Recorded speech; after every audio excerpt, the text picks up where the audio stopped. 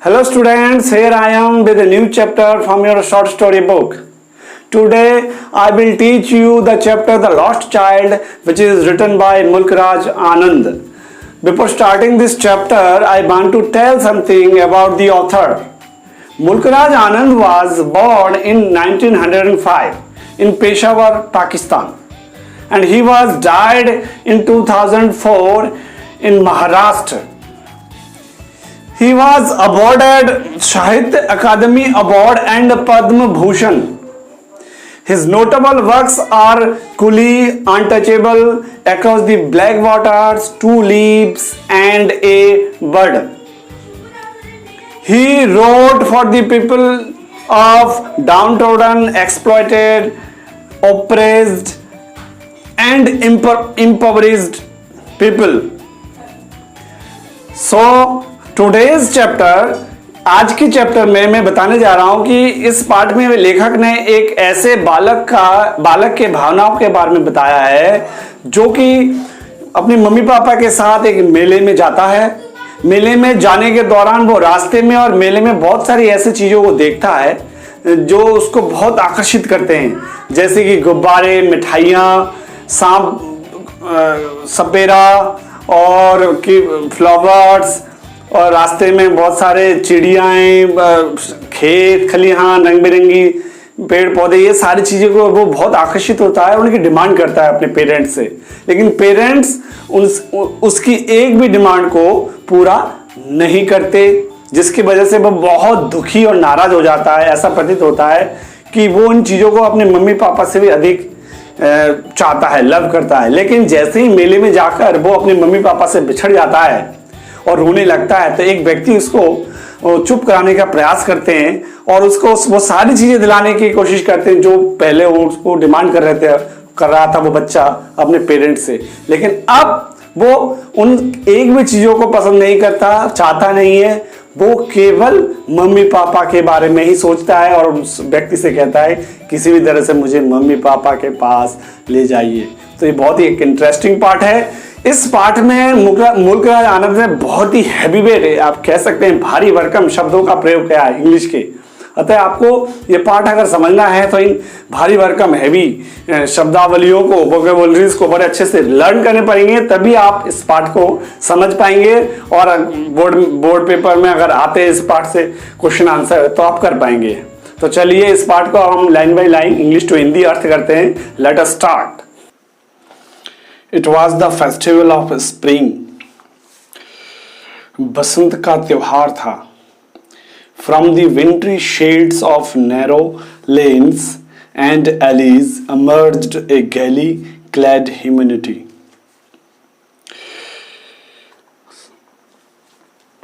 संकरे गलियों और रास्तों से, alleys and lanes, संकरे गलियों और रास्तों से जो कि ठंडे ठंडे छाया युक्त थे, विंट्री शेड्स में थे। ये संकरे गलियां और रास्ते, उनमें से इमर्ज्ड, प्रकट हो रहे थे, आ रहे थे, एक गैली क्लेड ऑफ ह्यूमैनिटी, खुश, गैली मीन्स प्रसन्न चित्त, क्लेड मीन्स छाया हुआ उनके चेहरे पर छाया हुआ एक प्रसन्नता युक्त भाव वाले लोग, ह्यूमैनिटी बाहर आ रहे थे। अर्थात ठंडे ठंडे छायायुक्त संकरी गलियों और रास्तों में से प्रसन्नचित्त भीड़ मानव निकल कर आ रहे थे। Thick as a swarm of bright coloured rabbits issuing from a warren, मानो वे ऐसे ही घने थे जैसे चमकीले कलर के खरगोश अपने बिलों में से झुंड में बाहर निकल के आ रहे हों। वो ऐसे ही घने घने उन गलियों और रास्तों में निकलकर चमकते हुए आ रहे थे। They entered the flooded sea of sparkling silver sunshine outside the city gates. वे लोग प्रवेश कर रहे थे चांदी युक्त चमकते धूप में, समुद्र जैसे चांदी युक्त धूप में प्रवेश कर रहे थे शहर के गेट के बाहर, शहर के गेट के बाहर प्रवेश कर रहे थे, यानी कि जा रहे थे। And sped towards the fair, और तेजी से मेले की ओर बढ़ रहे थे। Some walked, some rode on horses, others sat being carried in bamboo and bullock carts.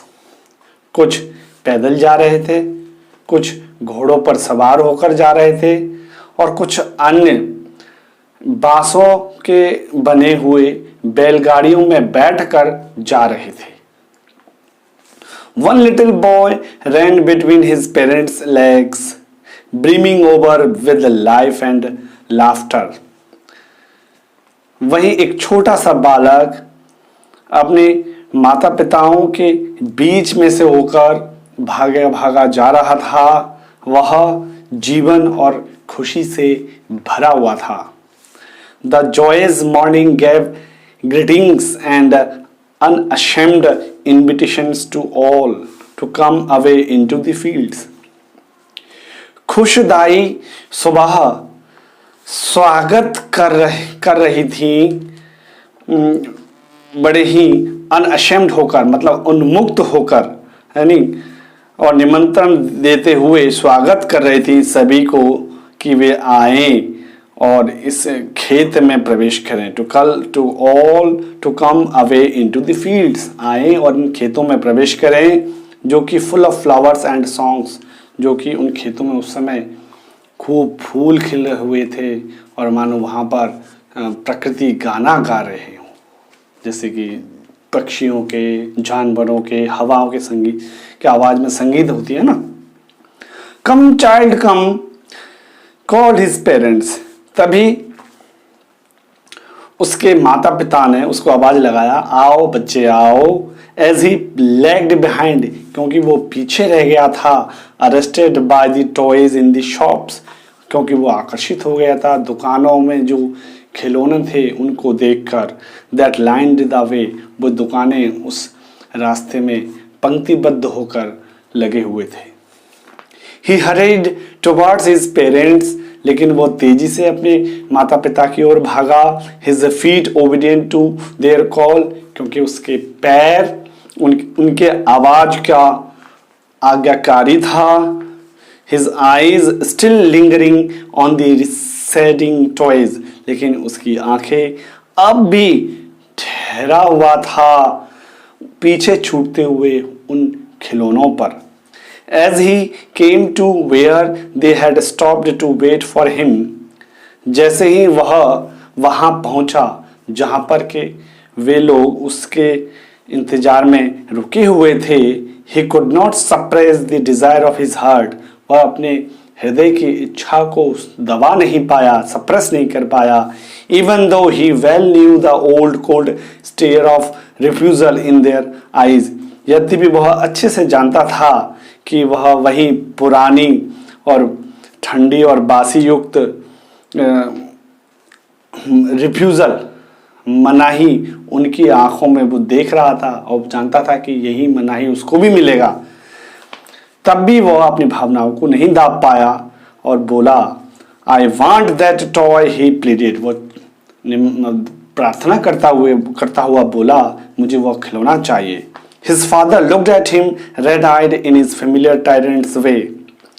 उसके पिताजी उसकी ओर लाल आंखों से उसी चिर परिचित प्रताड़ित करने वाले तरीके से देखे। His mother, melted by the free spirit of the day, was tender. लेकिन उसकी माँ, जो कि उस दिन की उन्मुक्त भावनाओं से, यानी कि अच्छी भावनाओं से जो कि पिघल गई थी, मेल्टेड हो गई थी, उस दिन के अच्छी भावनाओं से जो कि उसकी माँ मेल्टेड हो गई थी, वह टेंडर, वो अधिक कोमल थी, है नी, नरम थी। And giving him her finger to catch, और अपनी उंगली को अपने बच्चे को पकड़ाते हुए बोली, said, look child what is before you, देखो तो बच्चे तुम्हारे सामने क्या है? The faint disgust of the child's unfulfilled desire had hardly been quelled in the heavy pouting sob of a breathed mother. उस बच्चे के अपूर्ण इच्छाओं का निराशा युक्त भाव मुश्किल से ही दब ही पाया होगा।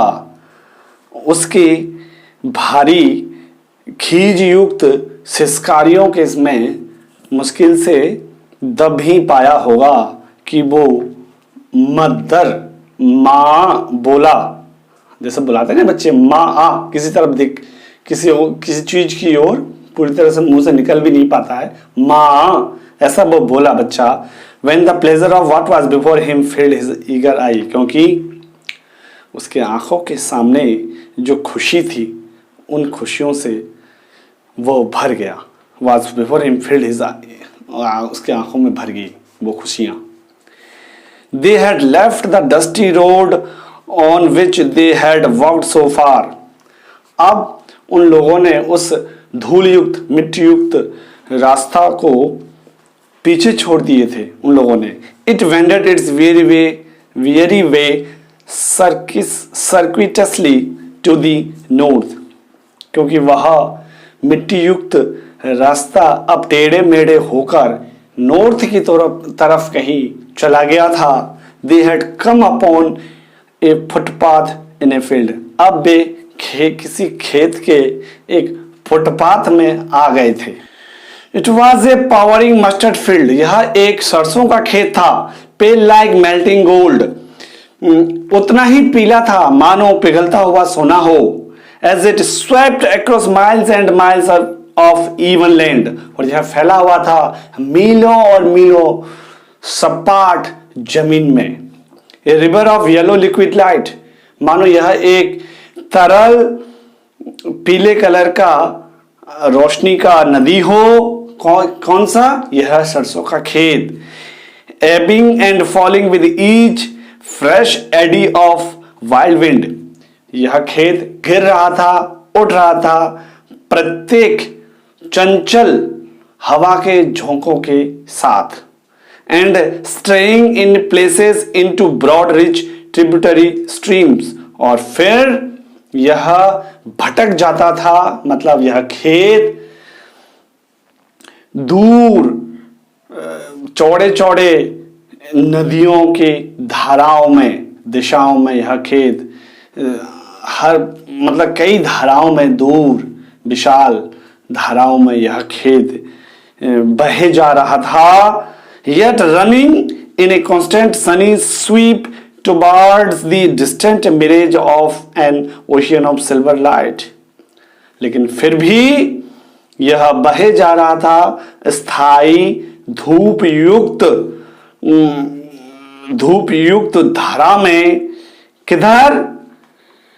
चांदी के रोशनी के समुद्र के मृग तृष्णा की जैसे रूप की तरफ, मृग तृष्णा जैसे रूप के तरफ कहीं दूर यह धाराएं, जो कि खेत के बारे में बता रहे लेखक, चला जा रहा था। Where it ended, जहां पर ये धाराएं मतलब यह खेत समाप्त हो रहे थे, on one side stood a cluster of low mud walled houses. एक तरफ नीचे मतलब ज्यादा ऊंचाई की नहीं, नीचे मिट्टी के बने हुए दीवारों युक्त घरों के झुंड थे, समूह थे एक तरफ। thrown into relief by a dense crowd of yellow robed men and women. और वहां फैले हुए थे आनंददायी घने पीले वस्त्रधारी लोग, मतलब महिलाएं और पुरुष। From each arose a high-pitched sequence of whistling, cracking, squeaking, roaring, humming noises. और वहां से निकल रहे थे, एरोज हो रहे थे बड़े उच्च ध्वनि में, उच्च ध्वनि में कुछ आवाजों का क्रम, जैसे कि सीटी बजने का हो, क्रैकिंग कड़कड़ाने का हो, स्क्वीकिंग बिल्लियों के चींची जैसी आवाज हो, दहाड़ने की आवाज हो, भिनभिनाने की आवाज हो, ये सारी आवाजें उन भीड़ में से निकलकर आ रहे थे। स्वेपिंग अक्रॉस द ग्रोव, और वो आवाजें फैल रहे थे उस ग्रोव्स में, कुंजवन में, टू दी ब्लू थ्रॉटेड स्काई, उस नीले कंठ वाले आकाश की तरफ उठ रहे थे वो आवाज उस कुंजवन में। Like the weird strange sound of Shiva's mad laughter, वो आवाज मानो वैसे ही थे जैसे कि अलौकिक और विचित्र शिव भगवान के अट्टहास की आवाज हो, वैसे थे वो सारे आवाज। तो यहां पर मुल्कराज आनंद ने लोगों की आवाजों की तुलना शिव की अट्टहास से किया है, और उन्होंने एक सरसों की खेत की तुलना पीले रंग के नदी से, समुद्र से और से की है। और वो उन्होंने उस सरसों की खेत जब हवा चलते हैं और जो सरसों खेत ऊपर नीचे होते हैं, तो उस गति को और उस दृश्य को उन्होंने नदी की धाराओं में वर्णन किया है। The child looked up to his father and mother, बच्चे ने अपनी मम्मी और पापा की ओर देखा। Saturated with the shrill joy and wonder of this vast glory, उनके मम्मी और पापा उस समय उस विशाल दृश्य के, महान दृश्य के आनंद से भरे हुए थे, सैचुरेटेड थे।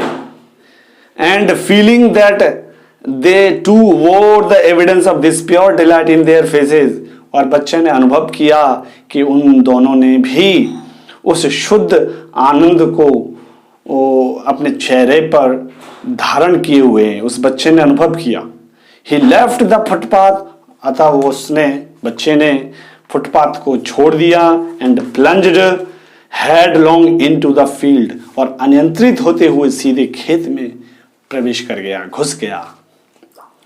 प्रिंसिंग लाइक ए यंग कोल्ड, वो वैसे ही कूद रहा था मानो कोई छोटा बछड़ा हो। His small feet timing with the fitful gusts of wind, उसके छोटे छोटे पैर भरे हुए थे, चंचल हवाओं के झोंकों की जैसे लग रहे थे उसके छोटे छोटे पैर। That came reach with fragrance of more distant fields, और वह उसी ओर जा रहा था जिधर कहीं दूर से खेतों में खुशबूदार हवा बहे जा रही थी। A group of dragonflies were bustling about on their gaudy purple wings. उसने देखा वहां पर कीट पतंगों का एक समूह जो कि घूम रहे थे अपने रंग बिरंगे पंखों के मदद से वहां। Intercepting the flight of A loan black butterfly, और वे कीट पतंगे काट रहे थे एक अकेले काले तितली को, जो कि वह उड़ान भर रहा था वहां पर, वह काला तितली बटरफ्लाई। क्यों? इन सर्च ऑफ स्वीटनेस, मिठास के खोज में, फ्रॉम द फ्लावर्स, जो कि फूलों में से थे, आ रहे थे मिठास। The child followed them in the air with his gaze, उनको देखते हुए बच्चे ने उसका पीछा किया, उनका पीछा किया। Till one of them would fold its wings and rest, और तब तक पीछा किया जब उन कीट पतंगों में से एक ने अपने पंखों को आराम देने के लिए कहीं बैठ ना गया। वो वहां तक उस बच्चे ने उस कीट पतंग का पीछा किया। And he would try to catch it, और फिर उसने उस पतंगा को पकड़ने का प्रयास किया। But it would go fluttering flapping up into the air, लेकिन यह फड़फड़ाते हुए, फ्लटरिंग फ्लैपिंग मीन्स फड़फड़ाते हुए हवा में उड़ गया। When he had almost caught it in his hands, जब वह लगभग उसको पकड़ ही लिया था उस समय। One bold black बी, तब ये काला भौरा हैविंग इवेडेड कैप्चर, उस बच्चे की पकड़ से बचते हुए, sought to tempt him, उसको आकर्षित करने का प्रयास किया, by whining round his ear, कैसे, उसके कान के चारों ओर भिन भिनाते हुए, and nearly settled on his lips, और लगभग उसके होठों पर जाकर वो भौरा बैठ ही गया था, when his mother gave a cautionary call, कि तभी उसकी माँ ने उसको एक सावधानीपूर्ण आवाज लगाई और बोली, come child come on to the footpath, आओ बेटे आओ, फुटपाथ पर आ जाओ. He ran towards his parents gaily and walked abreast of them for a while. वह बच्चा बड़े आनंद के साथ दौड़ते हुए अपने माता पिता के पास पहुंच गया और पास पास बगल बगल से होकर थोड़ी देर चला. abreast माने अगल पास पास. Being however soon left behind, कि शीघ्र ही वह फिर दोबारा से पीछे रह गया, attracted by the little insects and worms, क्योंकि वो आकर्षित हो गया था अब छोटे छोटे कीड़ों और मकोड़ों की तरफ. अलोंग द फुटपाथ, जो कि थे फुटपाथ के किनारे किनारे, दैट वर टीमिंग आउट, जो कि बाहर आ रहे थे, फ्रॉम देयर हाइडिंग प्लेसेस, अपने छिपे हुए जगहों में से, टू एंजॉय द सनशाइन, धूप का आनंद लेने के लिए. Come child come, his parents called from the shades of grove where they had seated themselves on the edge of a well, कि तभी उसके माता पिता ने आवाज लगाया, बच्चे आओ, और वो आवाज लगाए एक ऐसे जगह पर जो कि कुंजवन में था, और वो कुंजवन के पास ही एक कुआं था. कुएं के बगल में बैठकर माता पिता ने अपने बच्चे को आवाज लगाया, आओ बेटे आओ. He ran towards them, वह बच्चा उनकी तरफ दौड़ के चला गया. तो बस आज यहीं तक पढ़ेंगे. यह पार्ट भी 3 पार्ट में मैं बनाऊंगा. आज पहले पार्ट में हम बस यहीं तक पढ़ेंगे. इस पार्ट की मीनिंग्स बहुत ज़्यादा हार्ड है, अतः आप लोग मीनिंग्सों को याद जरूर करिए, नहीं तो ये पार्ट आप लोगों को बिल्कुल समझ में नहीं आएगा. नेक्स्ट वीडियो के लिए इंतज़ार करिए. तब तक धन्यवाद. बाय.